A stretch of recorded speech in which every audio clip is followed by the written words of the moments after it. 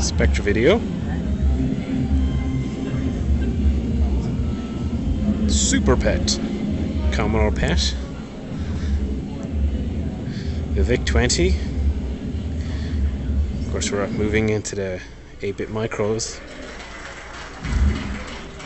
The infamous C64. Another nice poster. Popeye this time by Parker Brothers. Another portable.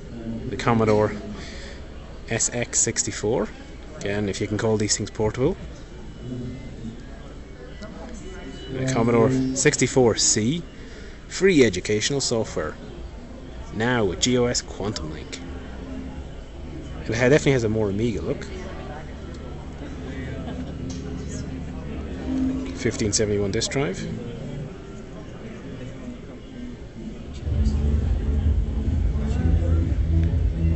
Commodore 128. 1581. Nice box art there for the wizard.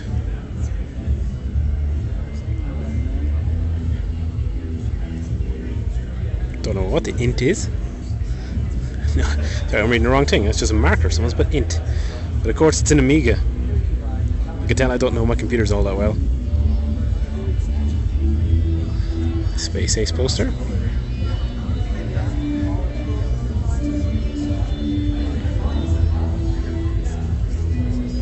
Commodore 600. Cut down, short-lived system. 1200. More famous. Not sure what that is actually. Oh, it's an Apple IIc. Dragon's Lair. An Apple II Plus. 2 disk drives.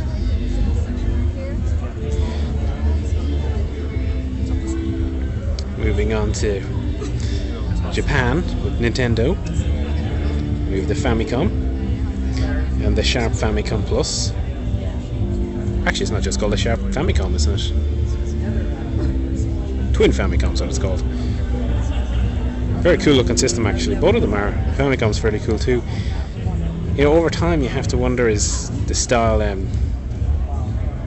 better than, or ages better than this? The US, UK and European NES versions. The utterly pointless speedboard. The fairly pointless Power Glove and Rob. A lot of crappy peripherals for the NES, that's for sure. And this is a development NES prototype system.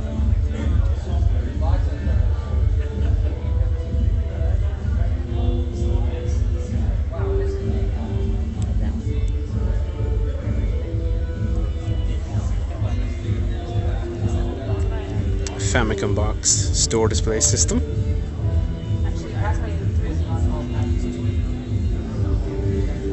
The Nintendo World Service toolkit.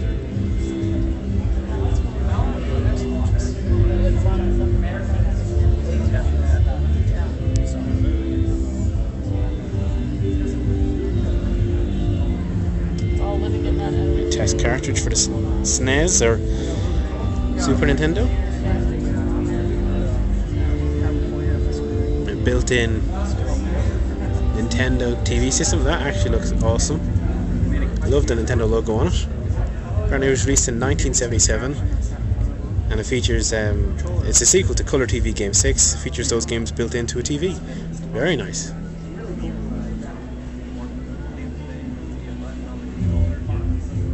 A TriStar.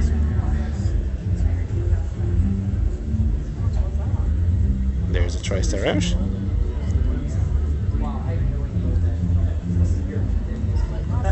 It's the Life Fitness bike for Super Nintendo. Big box version of Earthbound with guide, which would probably fetch an absolute fortune in an auction these days. Doom Troopers for the Genesis. Not too sure why that's there. because before we get to the Genesis, we got to go to the Master System. It was BMX or something like that. And this is the no, actually this is the basic version.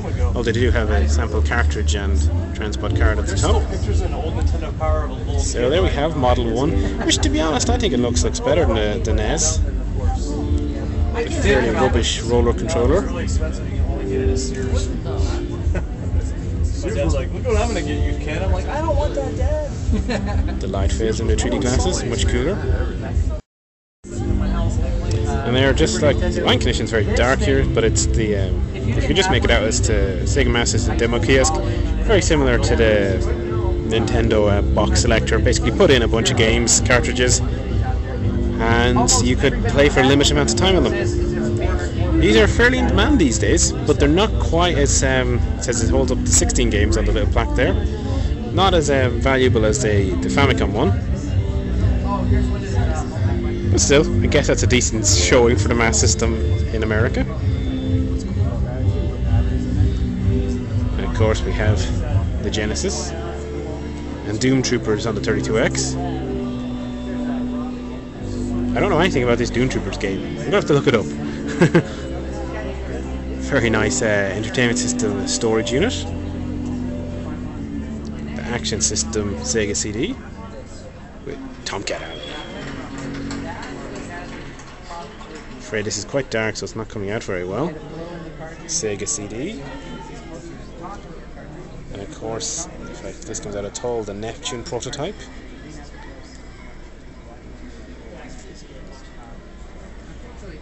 Apparently there's a smash controller, so you can smash your buttons. And some sort of pods game, which sounds a lot like Simon. The Sega Channel. And some, apparently this is a Genesis development system.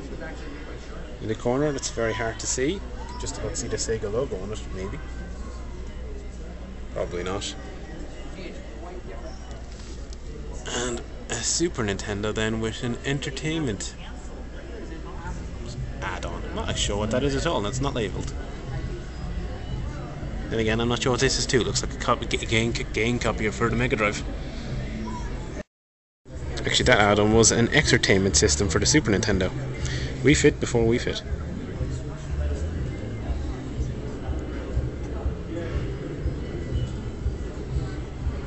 There's a TurboGrafx arcade board, never even knew they made one.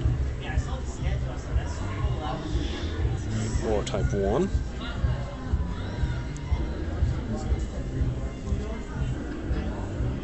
Though I have a funny feeling that might be mislabeled because it looks a lot more like a Laserdisc player, and it's sitting right beside the Pioneer Laser Active and Laser Games. So I think there could be some mislabeling going on with the PC Engine. Some PC Engine games, or rather TurboGrafx, I guess. NEC. This hasn't looted. Sorry, no worries, no worries. That hasn't looted me, so I have one. I just don't have one. It's easier actually finding that combo over here instead of the PC Engine. That's the problem. Yeah, see, I got the PC Engine. Got some design documents, it looks like, so for the Jaguar. I need to find yeah. Can I have your attention, please? The next keynote speech is taking place in a couple minutes downstairs in the showroom. It's David Thiel. He's going to talk about computer and console game audio. He was involved in a bunch of different games, so he's got some great stories to tell. You want to go down and check it out. So, after that interjection, it's the Atari Panther development system. Never got released, obviously. Some CDs for it too.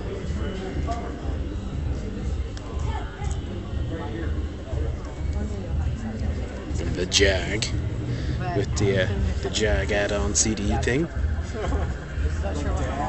The cat box, very useful if you're into your Jag.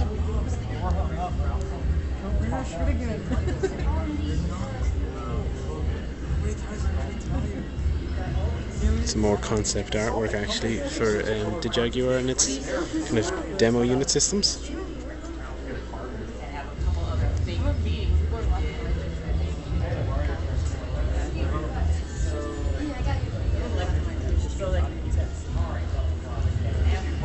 Nintendo 64. Various models.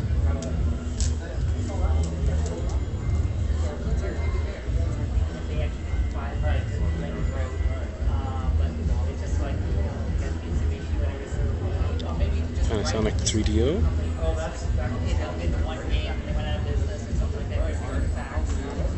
Sega Saturn, which thankfully I've recently acquired. Thinking about it, I should have looked for some games for it. I best go back to the show floor and do that. Wow, a fairly cool looking Elemental Gearbolt Assassin's case. Wow, that's very nice. A gold Guncon. And a blue PlayStation debug unit.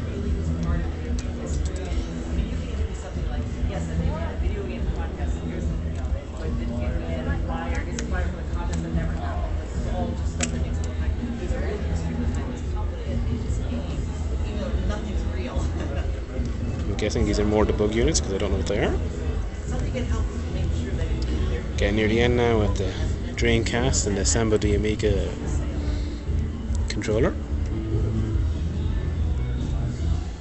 And the Katana development system for the Dreamcast. Rather disturbing semen off the can. Ooh, what were Sega thinking? And the Dreamcast Divers 200 series Dreamcast TV system, keyboard and whatnot. And we're right at the end now with the Mountain Dew Xbox and Automobile Collectible 2001 PS2. So now that we've kind of done through the years, there's kind of the center tables, and they have various bits and bobs that didn't fit anywhere else. Some Intellivision computing programming stuff. Funky Atlantis picture.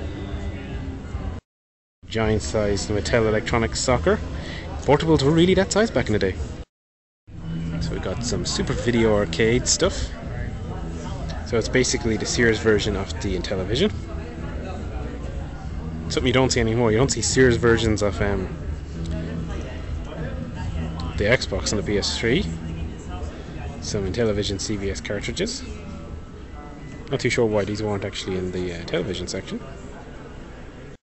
Game storage stuff. We can always face that problem as a collector.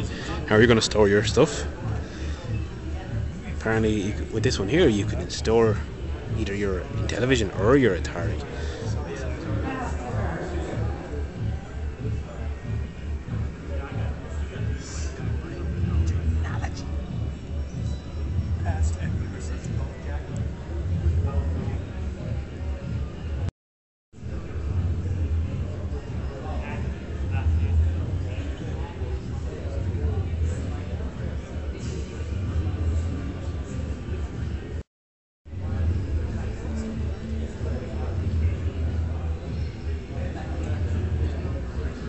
So there we actually have one of those Intellivision keyboards out, big old units, which makes sense, plugged in. And we see the inside of a PlayStation 2, for those that don't want to crack theirs open. And the hard drive add-on.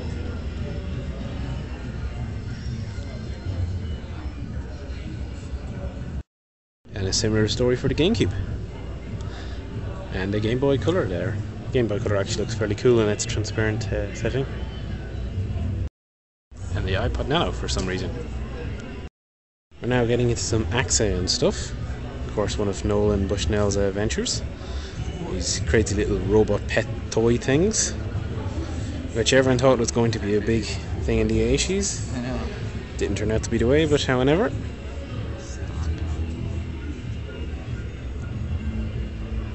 On the other hand, I think you could say this turned out to be a bit of a hit. It's something called a Game Boy, and a Game Boy Advance. Most people probably haven't heard of them. And the Game Boy Vision now, used primarily for exhibits and trade shows. The demo unit can basically hook up to a TV. We have the fairly cool looking Game Boy kiosk, a Virtual Boy in a slightly battered box, but we have a cool Virtual Boy display, Nintendo World Virtual Boy display. Very, very nice.